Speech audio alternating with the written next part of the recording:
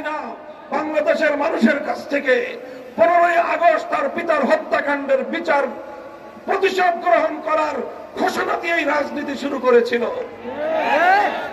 কিন্তু তার পিতা 71 সাল থেকে 75-এর 15ই আগস্ট পর্যন্ত বাংলাদেশের 30,000 মায়ের কোল খালি করে 30,000 যুবক সন্তানকে গুম খুন আর হত্যা করেছিল।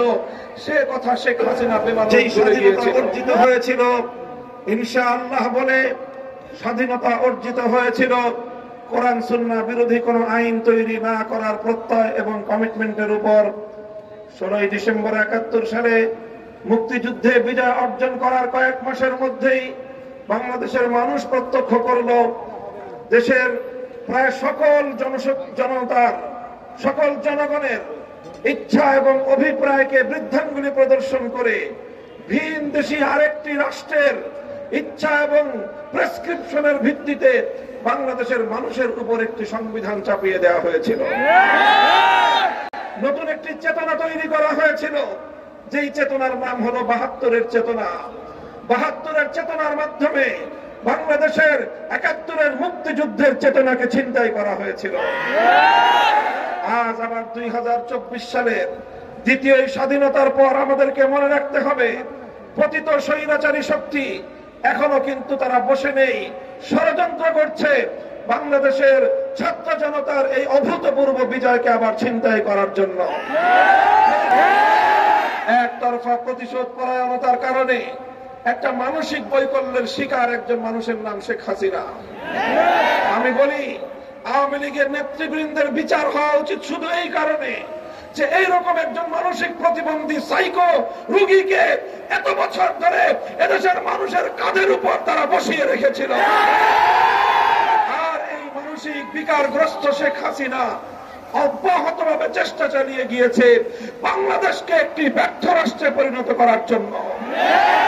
তার চেষ্টা ছিল, তার সাধনা ছিল বাংলাদেশের প্রধানমন্ত্রী হওয়া নয়, অন্য আরেকটি দেশের তিলকমালী মুখ্যমন্ত্রী হওয়াই ছিল তার সাধনা। সংগ্রামী সাথী ও বন্ধুগণ, তাই আজ আমাদেরকে মনে রাখতে হবে, লক্ষ লক্ষ কোটি টাকা শেখ হাসিনা পাচার করেছে। একজন বিধবা নারীর এত টাকার কোনো দরকার নেই। মিছিলের মধ্যখানে আজানের ওয়াক্ত হয়েছে, আজান দিয়ে নামাজের মাধ্যমে তারা বাংলার মাটিতে তার জায়নামাজে দাঁড়িয়ে রাজপথে সেজদা করে আল্লাহর দরবারে ফরিয়াদ করে খোদার সাহায্য কামনা করেছে। এভাবেই এই বিপ্লব সফল হয়েছে। কাজেই আগামী দিনে এই ধারায় অব্যাহত রাখতে হবে, এটাই বাংলাদেশের প্রকৃত চিত্র।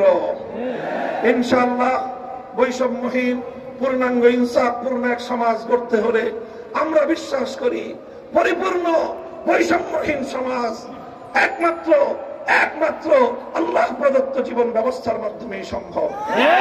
তাই মানব রচিত তন্ত্র মন্ত্র বাদ দিয়ে আল্লাহ প্রদত্ত রাজনৈতিক বন্দোবস্ত খেলাফতের প্রতি আমি সকলকে আহ্বান জানাচ্ছি। আপনারা বাংলাদেশ খেলাফত মজলিস, বাংলাদেশ খেলাফত যুব মজলিস সহ ছাত্র মজলিসের পতাকা তলে শামিল হন। ইনশাআল্লাহ আগামী দিনে ইনসাফপূর্ণ একটি সমাজ গঠনে আমাদের এই প্রচেষ্টা অব্যাহত থাকবেন তো ইনশাআল্লাহ।